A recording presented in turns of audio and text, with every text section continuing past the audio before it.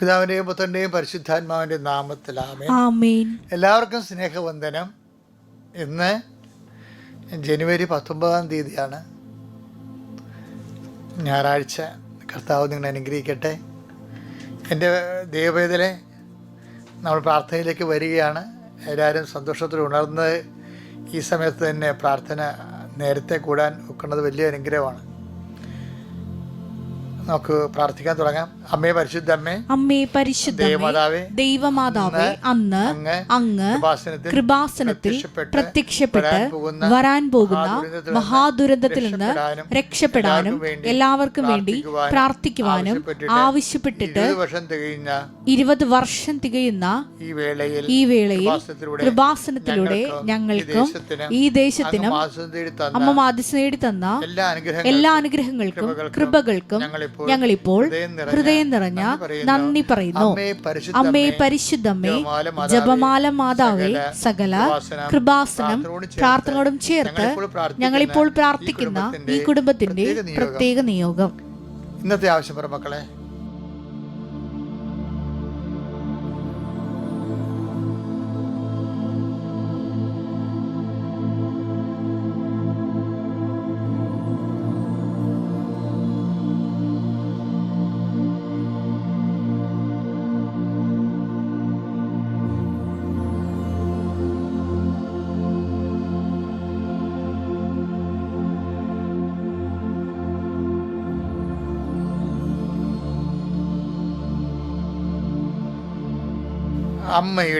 അമ്മയുടെ പ്രത്യക്ഷീകരണത്തിന്റെ ഈ ദ്വാദശക വേളയിൽ ഞങ്ങൾക്ക് സാധിച്ചു തരുവാൻ കനിയണമേ.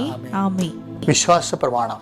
സർവശക്തനായ പിതാവും ആകാശത്തിന്റെയും ഭൂമിയുടെയും സൃഷ്ടാവുമായ ദൈവത്തിൽ ഞാൻ വിശ്വസിക്കുന്നു. അവിടുത്തെ ഏകപുത്രനും ഞങ്ങളുടെ കർത്താവുമായ ഈശോ മിശിഹായിലും ഞാൻ വിശ്വസിക്കുന്നു. ഈ പുത്രൻ പരിശുദ്ധാത്മാവിനാൽ ഗർഭസ്ഥനായി കന്യകാമറിയത്തിൽ നിന്ന് പിറന്ന് പൊന്തിയോസ് പീലാത്തോസിന്റെ കാലത്ത് പീഡകൾ സഹിച്ച് കുരിശിൽ തറയ്ക്കപ്പെട്ട് മരിച്ച് അടക്കപ്പെട്ട് പാതാളങ്ങളിൽ ഇറങ്ങി മരിച്ചവരുടെ ഇടയിൽ നിന്ന് 3-ാം നാൾ ഉയർത്ത് സ്വർഗത്തിലേക്ക് എഴുന്നള്ളി സർവശക്തിയുള്ള പിതാവായ ദൈവത്തിന്റെ വലതുഭാഗത്തിരിക്കുന്നു. അവിടെ നിന്ന് ജീവിക്കുന്നവരെയും മരിച്ചവരെയും വിധിക്കുവാൻ വരുമെന്നും ഞാൻ വിശ്വസിക്കുന്നു. പരിശുദ്ധാത്മാവിലും ഞാൻ വിശ്വസിക്കുന്നു. വിശുദ്ധ കത്തോലിക്കാ സഭയിലും പുണ്യവാന്മാരുടെ ഐക്യത്തിലും പാപങ്ങളുടെ മോചനത്തിലും ശരീരത്തിന്റെ ഉയർപ്പിലും നിത്യമായ ജീവിതത്തിലും ഞാൻ വിശ്വസിക്കുന്നു. ആമേൻ. സ്വർഗ്ഗസ്ഥനായ ഞങ്ങളുടെ പിതാവേ, അങ്ങയുടെ നാമം പൂജിതമാകണമേ. അങ്ങയുടെ രാജ്യം വരണമേ. അങ്ങയുടെ തിരുമനസ് സ്വർഗത്തിലെ പോലെ ഭൂമിയിലും ആകണമേ. അന്നു വേണ്ടുന്ന ആഹാരം ഇന്ന് ഞങ്ങൾക്ക് തരണമേ. ഞങ്ങളോട് തെറ്റ് ചെയ്യുന്നവരോട് ഞങ്ങൾ ക്ഷമിക്കുന്നത് പോലെ ഞങ്ങളുടെ തെറ്റുകൾ ഞങ്ങളോടും ക്ഷമിക്കണമേ. ഞങ്ങളെ പ്രലോഭനത്തിൽ ഉൾപ്പെടുത്തരുതേ, തിന്മയിൽ ഞങ്ങൾ രക്ഷിക്കണമേ. ആമേൻ. നന്മ നിറഞ്ഞ മറിയമേ, സ്വസ്തി. കർത്താവ് അങ്ങയുടെ കൂടെ സ്ത്രീകളിൽ അങ്ങ് അനുഗ്രഹിക്കപ്പെട്ടവളാകുന്നു. അങ്ങയുടെ ഉദരത്തിൻ ഫലമായി ഈശോ അനുഗ്രഹിക്കപ്പെട്ടവനാകുന്നു. പരിശുദ്ധ മറിയമേ, തമ്പുരാന്റെ അമ്മേ, പാപികളായ ഞങ്ങൾക്ക് വേണ്ടി ഇപ്പോഴും ഞങ്ങളുടെ മരണസമയത്തും തമ്പുരാനോട് അപേക്ഷിക്കണമേ. ആമേൻ. എൻ്റെ പ്രിയപ്പെട്ടവരെ, അനുഗ്രഹ പ്രാർത്ഥന. ഇന്ന് ഞായറാഴ്ചയാണ്. സാധാരണ ഞായറാഴ്ച ഒരു 10,000 പേര് കുറവാണ് കേട്ടോ. അതെന്താണെന്ന് അറിയത്തില്ല. രാവിലെ പള്ളിയിൽ പോകുന്നതുകൊണ്ടറിയാം. പക്ഷെ നിങ്ങൾ ഇത് കേട്ടിട്ട് പോകണം, അല്ലെ പള്ളിയിൽ നിന്ന് വന്ന ശേഷം ഈ ശുശ്രൂഷ പങ്കെടുക്കണം. ഇതൊരു ഫ്ലോയിൽ അങ്ങനെ പോവുകയല്ലേ. നമ്മുടെ ജീവിതത്തിൻ്റെ നല്ല പാഠങ്ങൾ ദൈവം നമ്മളെ പഠിപ്പിക്കുകയല്ലേ. അപ്പോൾ അത് പെട്ടെന്ന് ഒരു 10 മിനിറ്റ് കൊണ്ട് നമുക്ക് കിട്ടാനുള്ളത് കിട്ടുകയാണ്. അപ്പോൾ അതുകൊണ്ട് അത് കളയാതിരിക്കാൻ പ്രത്യേകം നോക്കണം. പിന്നെ ഒത്തിരി പേര് അത് സ്റ്റാറ്റസ് ഇടുന്നുണ്ട്, ഒത്തിരി പേര് ഷെയർ ചെയ്യുന്നുണ്ട്. അതെല്ലാവർക്കും ഞാൻ നന്ദി പറയണം. നിങ്ങൾ ചെയ്യാനുള്ള ജോലി അത് ചെയ്ത് തുറന്നുകൊണ്ടിരിക്കട്ടെ. ആരും പറഞ്ഞില്ലെങ്കിലും കണ്ടില്ലെങ്കിലും കർത്താവ് ഇതെല്ലാം കാണുന്നുണ്ട്. കർത്താവിന് വേണ്ടി ചെയ്യാൻ കഴിഞ്ഞതിൽ സന്തോഷം തോന്നിക്കൊണ്ട് വേണം സുവിശേഷ വേല ചെയ്യാൻ.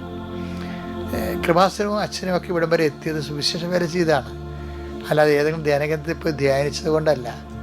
സുവിശേഷ വേല ചെയ്യണമെന്ന് പരിശുദ്ധാത്മാവിനോട് മനസ്സിൽ തോന്നിച്ചു. എൻ്റെ ഉടുപ്പ് വരെ ഞാൻ ചേഞ്ച് ചെയ്ത് കളഞ്ഞാണ്. അച്ഛനായി കഴിഞ്ഞ് 1 കൊല്ലത്തിനുള്ളിൽ, അത് 87 ചേഞ്ച് ചെയ്താണ്. എത്ര വർഷമായി, നിങ്ങൾ പലരും ജനിച്ച് കാണത്തില്ലെന്ന്.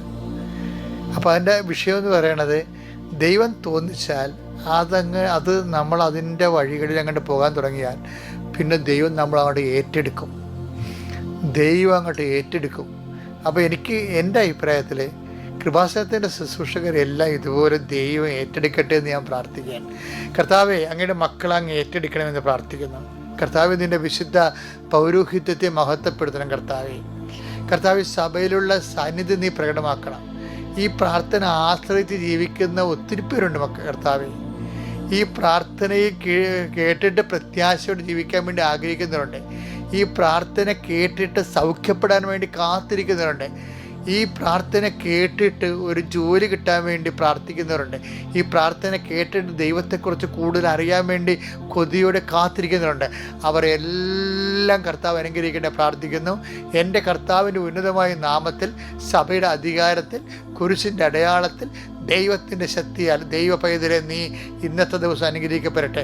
നിൻ്റെ വഴിയാത്ര നീ അനുഗ്രഹിക്കപ്പെടട്ടെ. നിൻ്റെ ദേവാലയത്തിൽ നീ അനുഗ്രഹിക്കപ്പെടട്ടെ. നിൻ്റെ പ്രാർത്ഥനയിൽ നീ പരിശുദ്ധാത്മാവിൻ്റെ അഭിഷേകം ഉണ്ടാകട്ടെ.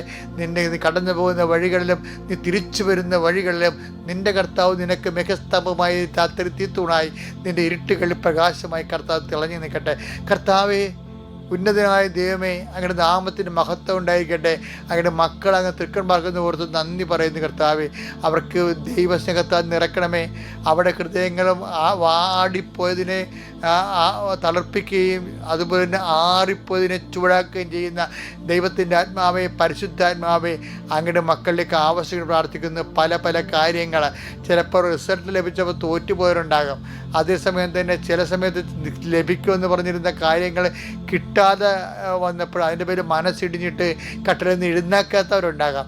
ഇങ്ങനെ ഓരോരോ തളർവാദം പിടിപെട്ട എല്ലാ മനുഷ്യരും കർത്താവെ, നീ 38 വർഷമായിട്ട് തളർവാദം പിടിപെട്ട മകൻ്റെ അടുത്തേക്ക് വരുമ്പോൾ നീ ചോദിക്കുന്ന ചോദ്യമുണ്ട്, സുഖം പ്രാപിക്കാൻ നിനക്ക് ആഗ്രഹമുണ്ടോ എന്ന്. കർത്താവെ, ആഗ്രഹം പോലും നഷ്ടപ്പെട്ട് കർത്താവെ തളർച്ചയുടെയും തകർച്ചയുടെയും വക്കിൽ കർത്താവെ ഇഴഞ്ഞു പോകുന്ന മനുഷ്യരുണ്ട്. അവർ നീ ഉണർത്തണമേ, ഈ പ്രഭാതത്തിൽ ഉണർത്തണമേ. അമ്മേ, പരിശുദ്ധമേ, കൃപാസനം ആൾത്താറെ ജീവനോടെ പ്രത്യക്ഷപ്പെട്ട പരിശുദ്ധ അമ്മയുടെ മാധ്യസ്ഥതയിൽ യേശുവിൻ്റെ നാമത്തിൽ പ്രാർത്ഥിക്കുന്നു.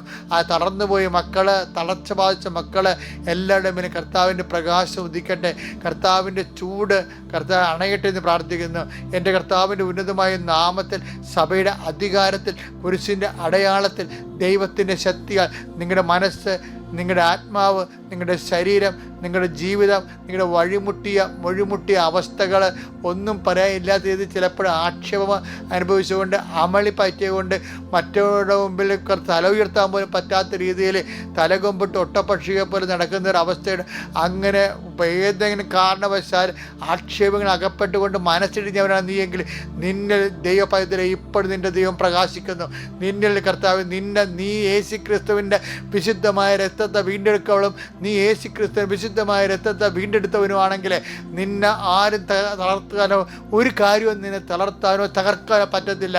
കാര്യം നിന്നെ ഏറ്റെടുത്തിരിക്കുന്നത് I uphold you in my victorious right hand എന്ന് പറഞ്ഞിട്ടുണ്ട്. അവൻ്റെ വചനമാണത്. ലുക്കായുടെ ഐസയായിൻ്റെ 41:10 വചനമാണ്. ഞാൻ എൻ്റെ പിച്ചക്കാരുമായ വലത്ത് കരത്താൽ ഞാൻ നിന്നെ താങ്ങി നിർത്തുമെന്ന് പറഞ്ഞ കർത്താവിൻ്റെ വാഗ്ദാന പ്രകാരം തോൽക്കാത്ത നീ തോറ്റവനെ പോലെ തോന്നിട്ടുണ്ടെങ്കിൽ നിന്നെ കർത്താവ് വിജയിച്ച കർത്താവ്, മരണത്തിനെ പോലും വിജയിച്ച കർത്താവ്, അവന് അണിപ്രതാർന്ന അജയ്യമായ കരങ്ങളാൽ നിന്നെ താങ്ങിയെടുക്കുന്ന പ്രഭാതത്തിൽ നീ ഉണർന്നു വരികയാണ്. നീ ഈ നിമിഷം അതിന് പങ്കെടുക്കുകയാണ്. കർത്താവ് നിന്നെ സഹായിക്കട്ടെ. കർത്താവിനെ താങ്ങി നിർത്തട്ടെ.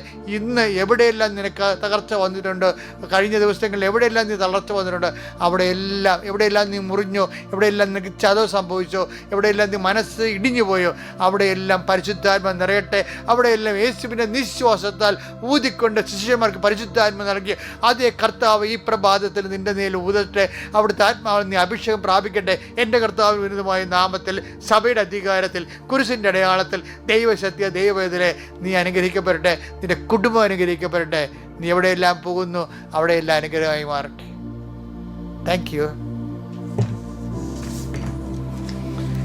എൻ്റെ മക്കളെ, നമ്മൾ ഇന്ന് കർത്താവ് നമ്മളിൽ വളരാൻ ആഗ്രഹിക്കുന്നു, അങ്ങനെ സൂചന ഉണ്ട്. എന്തെങ്കിലും വരുന്നല്ല, നമ്മളെ കർത്താവ് വളരാൻ ആഗ്രഹിക്കുന്നു. നമ്മളും യോഹന്നാനെ പോലെ അത് ആഗ്രഹിക്കണം. അതുകൊണ്ട് യോഹന്നാന്റെ സുവിശേഷമാണ് വായിക്കുന്നത് 3:29-30. അവൻ വളരുകയും ഞാൻ കുറയുകയും വേണം. ഇത്രയുള്ള സംഭവം. ഇത് യോഹന്നാൻ സ്നാപകൻ പറഞ്ഞതാണ്. അവൻ വളരുകയും, യേശു വളരുകയും നമ്മൾ വളരുകയും, അപ്പോൾ എന്ത് ചെയ്യും? ഞാൻ കുറയുകയും ചെയ്യണം. ഇപ്പം ഞാനില്ലേ, ഈ ഞാനാണ് മുഴുവനും പ്രശ്നം. ഇപ്പം പണ്ടേ ഒരു യോഗിയോട് ഒരുത്തൻ ചോദിച്ചേ, പ്രഭു സ്വർഗരാജ്യത്തിൽ പ്രവേശിക്കാൻ ഞാൻ എന്ത് ചെയ്യണം?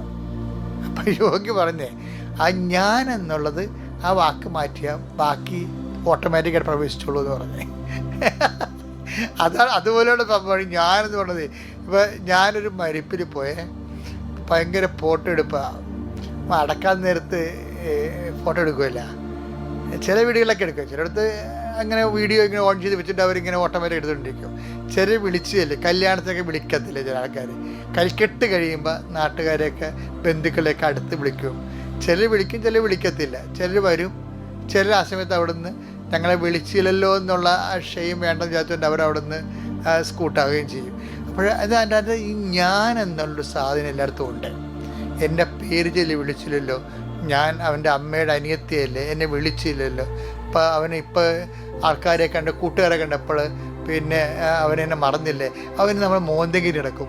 ചില ആൾക്കാർക്ക് അങ്ങനെ വിഷയമുണ്ട്, എന്തെങ്കിലും വിഷയമുണ്ട്. അപ്പം ഞാൻ എന്നുള്ള സംഭവം മുറിഞ്ഞു പോയാൽ ഉടനെ മോന്ത കയറ്റും ആൾക്കാർ.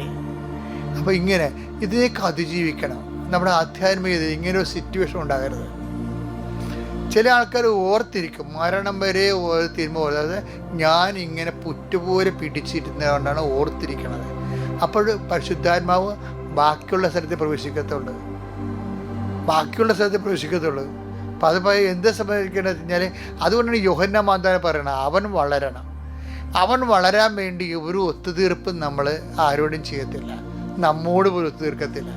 അവൻ വളരാൻ വേണ്ടി നിഷ്പക്ഷമായിട്ടും നിർലോഭമായിട്ടും ക്രിസ്തുവിനെ നമ്മൾ വളർത്താൻ വേണ്ടി ചിലപ്പോൾ സഹിക്കേണ്ടി വരും, ചിലപ്പോൾ കള പോട്ടെ എന്ന് വിചാരിക്കേണ്ടി വരും.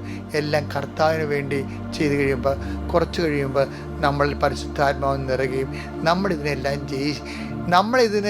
ജയിച്ചില്ലെങ്കിൽ ഇന്നല്ലെങ്കിൽ നാളെ അത് നമ്മളെ തോൽപ്പിക്കും. അതാണ് പ്രശ്നം. ഭാവമാണല്ലേ ഇത്, ഞാനെന്താ ഭാവമില്ലേ? നമ്മളിതിനെ ജയിച്ചില്ലെങ്കിൽ ഇന്നല്ലെങ്കിൽ നാളെ അത് നമ്മളെ തോൽപ്പിക്കും. കർത്താവ് എല്ലാ നിമിഷങ്ങളും അവസാനം ഞാൻ ചില സമയത്തൊക്കെ ധ്യാനിക്കുമ്പോഴേ, ഒറ്റയ്ക്ക് ഇരുന്ന് ധ്യാനിക്കുമ്പോൾ ഞാൻ ചിരിക്കണമെന്ന് വെച്ച് കഴിഞ്ഞാൽ, ഒരു ദിവസം സന്ധ്യയ്ക്ക് ഞാൻ പ്രാർത്ഥിക്കുന്ന സമയത്ത് കർത്താവ് അപ്പായോട് സംസാരിക്കണത് ഞാൻ കേട്ട്. എങ്ങനെ? എൻ്റെ മനസ്സുകൊണ്ട് അങ്ങനെ പരിശുദ്ധാത്മാവിൽ പ്രാർത്ഥിക്കുമ്പോഴേ നമുക്ക് ചില ദൈവിക ആത്മീയ സങ്കല്പങ്ങളൊക്കെ വരത്തില്ലേ? അപ്പോൾ അത് ചിലത് സങ്കല്പമാകും, ചിലത് സത്യമുള്ള കാര്യമാകാം. പക്ഷെ ചില സങ്കല്പങ്ങൾക്കും സത്യത്തിൽ അടിസ്ഥാനം ഉണ്ടാകും. അപ്പോൾ ഈശോ ചോരപ്പ സമയത്ത് ഈ തുണി ഉരിഞ്ഞ് കളഞ്ഞായിരുന്നല്ല ഈശോയുടെ കുരിശിൽ വെച്ച്, കുരിശിന് മുമ്പ് തുണി ഉരിഞ്ഞാൽ. അപ്പോൾ അത് ഈശോ ഭയങ്കര വിഷമിച്ചൊരു കാര്യമാണ്. അതായത് ലേഡീസൊക്കെ താഴെ നിൽക്കുമ്പോഴേ, മേരിമേട്ടനൊക്കെ നിൽക്കുമ്പോഴേ അപമാനിക്കാവുന്നൊരു മാക്സിമം അപമാനിച്ച്. അപ്പോൾ ഈശോ ചെറുതാകും. ഈശോ ദൈവപിതാവ് അവന് വലുതാകാൻ വേണ്ടി ഈശോ ചെറുതായി. അതാണ് ദൈവപിതാവ് അവന് വലുതാകാൻ വേണ്ടി ഈശോ ചെറുതായി. അപ്പോൾ ക്രിസ്തു നമ്മൾ വലുതാകാൻ വേണ്ടി നമ്മൾ ചെറുതാകും. ചില സമയത്ത് നമ്മൾ ചെറുതാക്കും, ദൈവം തന്നെ ആക്കും. അപ്പോൾ ചെറുതാക്കപ്പെടുന്ന സാഹചര്യങ്ങളിൽ അതിൻ്റെ പേരിൽ ഞാൻ എൻ്റെ അടിച്ചതിൻ്റെ എൻ്റെ അടിച്ചതിൻ്റെവരൊക്കെ ഏറ്റത്തില്ല, എന്നെ പരസ്യമായിട്ട് അപമാനിച്ചതാണ്.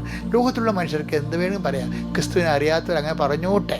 പക്ഷെ ക്രിസ്തുവിനെ അറിഞ്ഞ നമ്മളെ ക്രിസ്തു ആകാൻ നമ്മൾ വളരേണ്ടത്. കർത്താവേ, ഞാൻ വളർന്നില്ലെങ്കിലും നീ എന്നിൽ വളരാൻ എന്നെ ഉപകരണമാക്കണമേ എന്ന് പ്രാർത്ഥിക്കണം. ഈ ആധ്യാത്മികത ഉണ്ടല്ലോ, എന്ത് രസമാണെന്നറിയാവോ? കാര്യം എല്ലാത്തിനെയും അതിജീവിക്കാൻ പറ്റും. എല്ലാം നമുക്ക് അധീനമാകുന്നൊരു, അതായത് ഒന്നും നമ്മൾ ഉദ്ധരിക്കത്തില്ലെന്ന് ഈശോ പറഞ്ഞത്.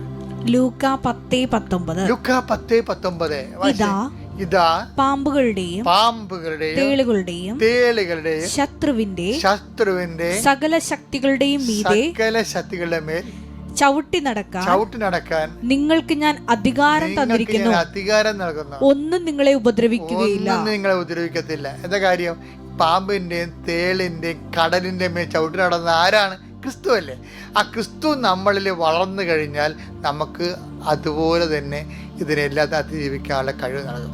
അതുകൊണ്ടാണ് ഇപ്പോൾ യോഹന്നാൻ പറയണത് അവൻ വലുതാകണമെന്ന്. എന്താണ്? പാമ്പിന് മേൽ ചവിട്ടടക്കാൻ, ഒന്നും നമ്മൾ ഉപദ്രവിക്കാത്ത ഒരു മാനസിക അവസ്ഥയിലേക്ക് ക്രിസ്തുവിൻ്റെ കൂടെ നമ്മൾ കൈപിടി സഞ്ചരിക്കാൻ ദൈവം നിങ്ങളെ അനുഗ്രഹിക്കട്ടെ. Praise the Lord. അത്യപൂർവ ദൈവാനുഭവങ്ങൾ ഇനി നിങ്ങൾക്കും സ്വന്തം. ഈ യൂട്യൂബ് ചാനൽ ഇതുവരെ സബ്സ്ക്രൈബ് ചെയ്തിട്ടില്ലെങ്കിൽ